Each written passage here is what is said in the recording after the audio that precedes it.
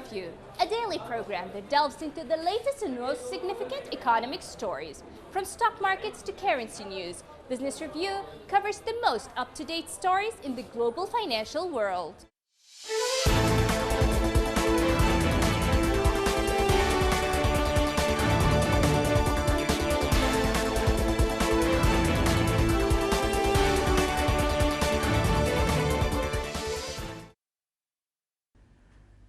The Shijian-20 satellite, China's most advanced satellite, has successfully completed an all-in-orbit core test, fully complying with performance and key technologies. Shijian-20 was launched into space by Long March 5 rocket, number 3, China's largest carrier rocket, on December the 27th of 2019, and started in its orbit tests after reaching its designated position. According to Li Feng, chief engineer of Shijian-20 satellite from the China Academy of Space Technology, the most important core load tests have been completed and results are meeting the designed expectations. The satellite's chief engineer adding that transmission rate can directly reflect the capabilities of communication satellites, affirming that the laser communication technology has been tested on the Shijian-13 satellite. However, the figure of Shijian-20 has been doubled to 10 GPS, currently the highest transmission rate of orbit test in the world. Zhu Jing, commander-in-chief of Shijian-20 satellite and an academic of the Chinese Academy of Engineering, stressed that in the future, people's entertainment life will be greatly improved, noting that if they master the 10G laser communication technology, they will provide people with solutions in the manufacturing of application satellites, among other features.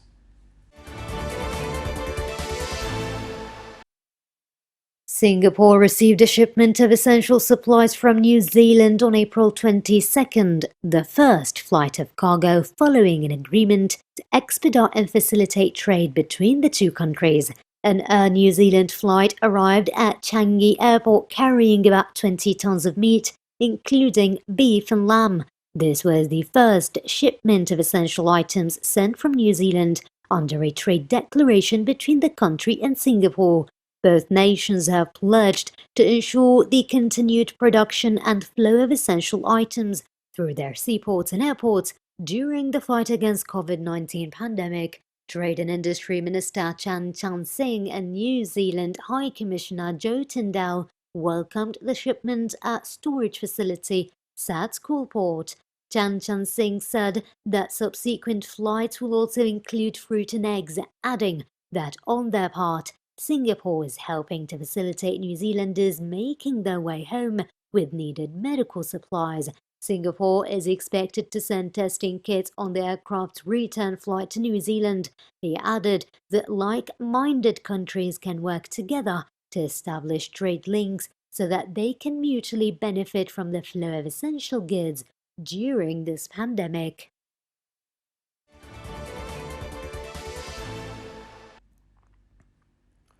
The French Labour Minister Muriel Pénicaud said on Wednesday, April the 22nd, that more than 10 million employees in France, 1 out of every 2 in the private sector, had been laid off during the pandemic and are now benefiting from an extended indemnity program to weather the crisis. She added around 820,000 employers, or more than 6 in 10, have applied for a social security program that grants 84% of net pay for workers temporarily laid off because of a drop in business, a number that is increasing day after day. Earlier, the French government raised its economic relief package to 110 billion euros and extended the temporary layoff program to individuals who employ nannies or cleaners who can no longer come to work. Pénicaud said that the entire sector of the economy had effectively been shut down, with 9 out of 10 workers in hotels and restaurants, as well as construction, now being unemployed.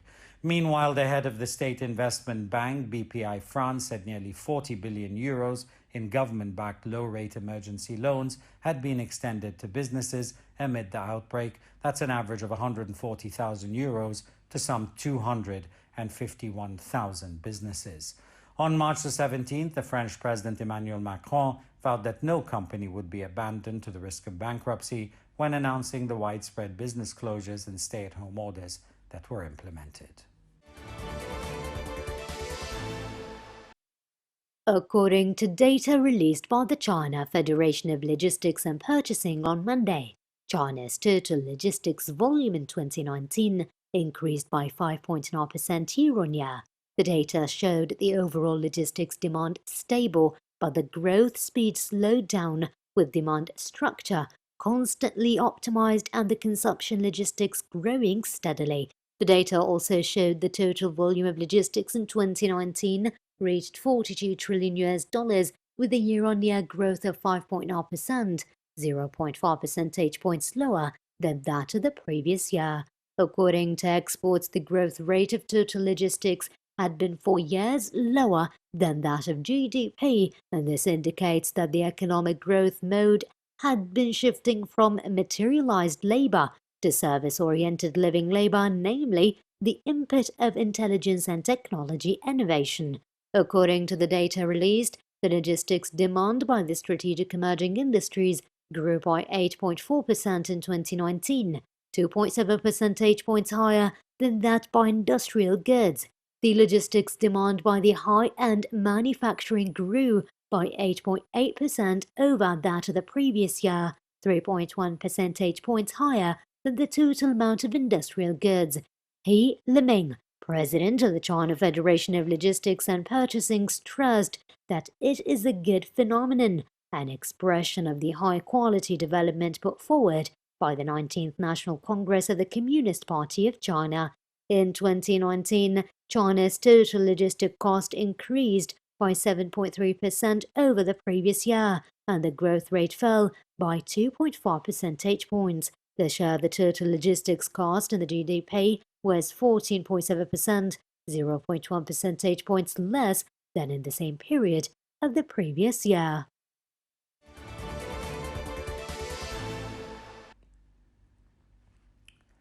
With millions of people hungry in Venezuela, acute fuel shortages are forcing farmers to let crops rot in fields or feed them to livestock as they cannot transport food to market during the quarantine. Irrigation systems are halted in western Andean highlands and laborers cannot get to fields for harvest. According to the UN World Food Programme, even before the crisis, some 9 million Venezuelans were already suffering from malnutrition, and the latest developments have made it increasingly difficult to keep the country in quarantine. Robert Maldonado, who represents the region's farmers, said that 500 trucks that typically leave La Grita region each week are now halted by quarantine and fuel shortages, leaving 5,000 tons of food per week stranded in the highlands.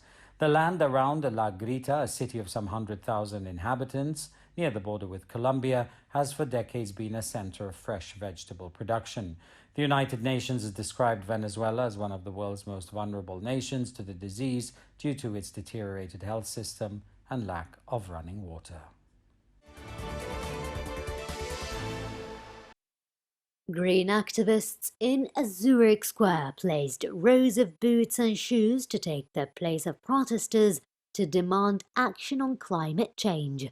Organizers emphasized that as much as they wanted to make their point, they respect curbs on public gatherings imposed to contain COVID-19, which has killed more than 1,300 people in Switzerland. Greta Thunberg, the activist who founded the Global Fridays for Future protest movement, acknowledged that the demonstrators have to change tactics. She told an Earth Day event on Wednesday that countries have a chance to choose a new path as they begin to return to normal after lockdowns. According to a study released on Wednesday by the EU's Copernicus Climate Change Service, last year recorded the hottest temperatures in Europe. Wednesday's study reports Europe's average annual temperature hit a record high last year, exceeding the previous hottest years on record, which were 2014, 2015 and 2018. The study found that of Europe's 12 warmest years on record, 11 of them have occurred since 2000. According to scientists, these high-pressure events are likely to become more severe as the world warms, adding that concentrations of planet-warming gases in the atmosphere climbed in 2019 and are now at levels not seen on the Earth for millions of years. The 27-country EU plans to reduce its net greenhouse gas emissions to zero by the year 2050. in line with the 2015 Paris Agreement on climate change, a pathway that will require transformational change in many sectors of the economy.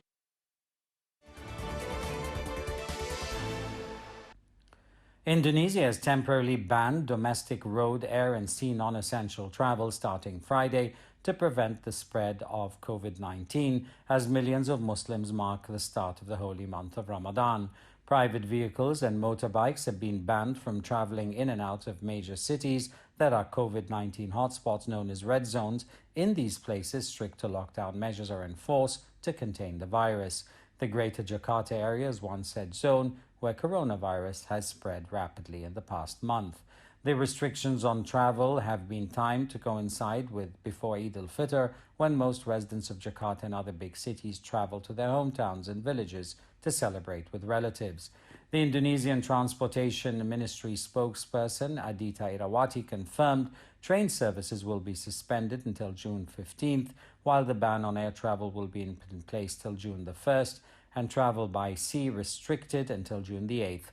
Cargo transportation is exempt from the ban. She clarified that the measures do not constitute a complete blockade of national roads and highways. However, there will be checkpoints established to implement the ban.